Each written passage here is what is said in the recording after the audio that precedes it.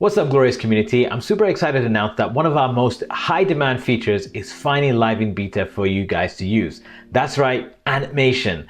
We've been working on this for just under a year and it's finally live.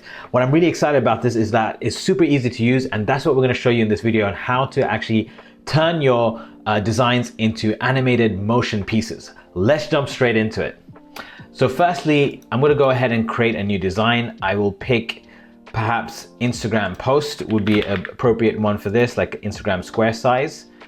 And once I'm in, what I'd like to do is, rather than start from scratch, just to make this process simple, how about we actually pick one of these templates? Like this one looks like a great template for either e-commerce or an agency. So there you go.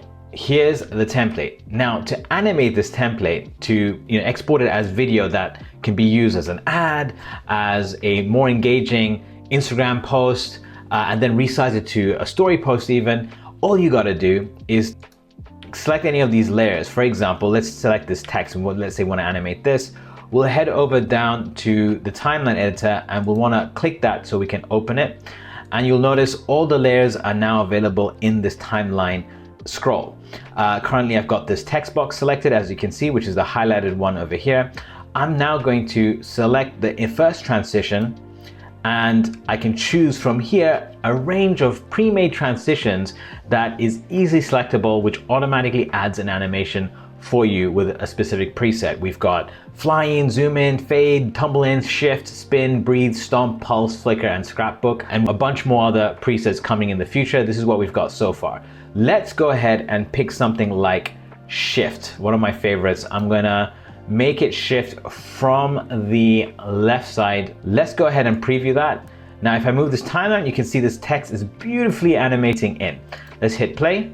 There you go. It's as simple as that. Now let's go ahead and add transitions to the rest of this design. So we'll go ahead and pick, for example, this little icon.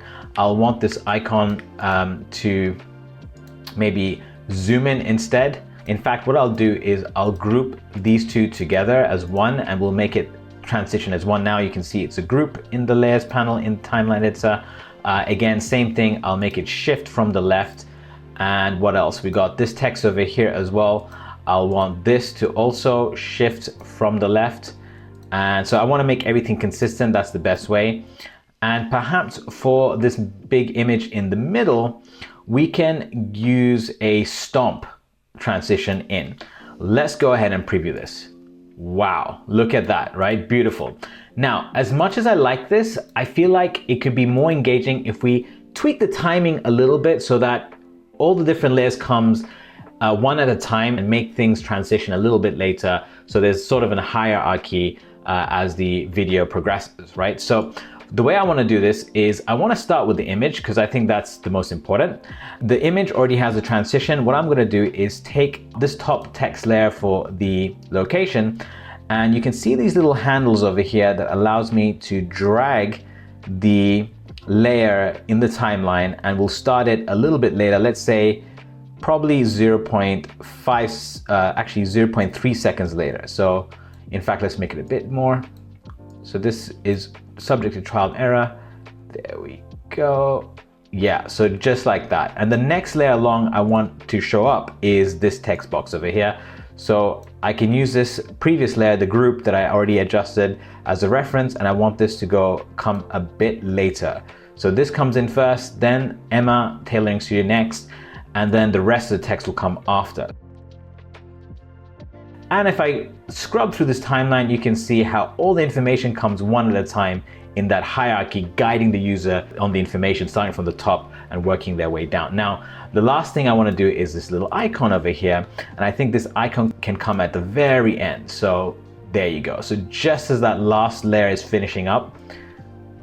Now, another cool thing you can do with this feature is that you can also adjust the timing of the animations itself. There's two ways to do that. Let's just say we want this image to come in a bit faster. What we could do is take this image, and one way to do it is, you see these handles after the first one? This adjusts the timing of the actual transition. So I can pull this back and squeeze this so that the image comes in much faster. What this then allows us to do is bring in the information a bit tighter so that the image comes in, and then we can progressively bring in the text. So let's try and do that. We don't have multi-select support just yet for these layers, so we'll have to do it manually one by one. So if we do this now, you can see how everything comes in just a bit faster. And that's just adjusting the time. Now there's one more way to adjust the timing, and that's by selecting the transition. You can also adjust the timing by dragging this handle over here, and notice how the handle moves by simply dragging the field value over here to set a specific value. That's another way to do it. Now I want this to be maybe around 0.5, so it's like a nice quick little animation. So this can come back a little. Great, I'm really happy with that. Now, last but not least, it's really important to, in your animations, to include outros, right? Which just makes it even more engaging. So I'm gonna stretch this layer up, and let's stretch all these layers. So 5 seconds around there. We're setting it right there on 5 seconds. Now we're gonna add some outros. For this, we'll make that fade out, and I want this image to zoom out. Let's see how that looks. Great, so that's exactly what I'm looking for. Let's go ahead and add outros to the rest of this.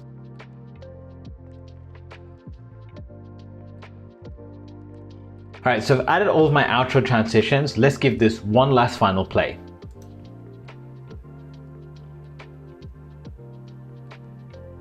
Look at that, isn't that beautiful? Now, the cool thing about Glorify, of course, working on an infinite canvas and creating these kind of animations is that you can now duplicate this and resize it for different use cases. For example, let's go ahead and duplicate this.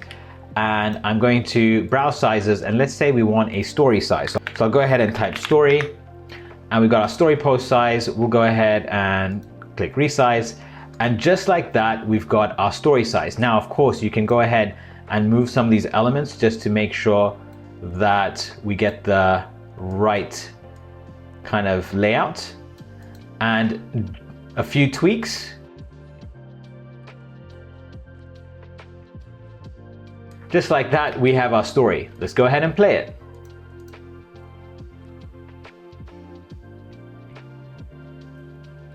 Isn't that gorgeous?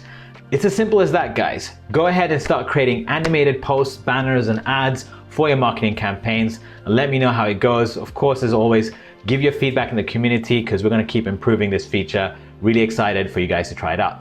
Take care.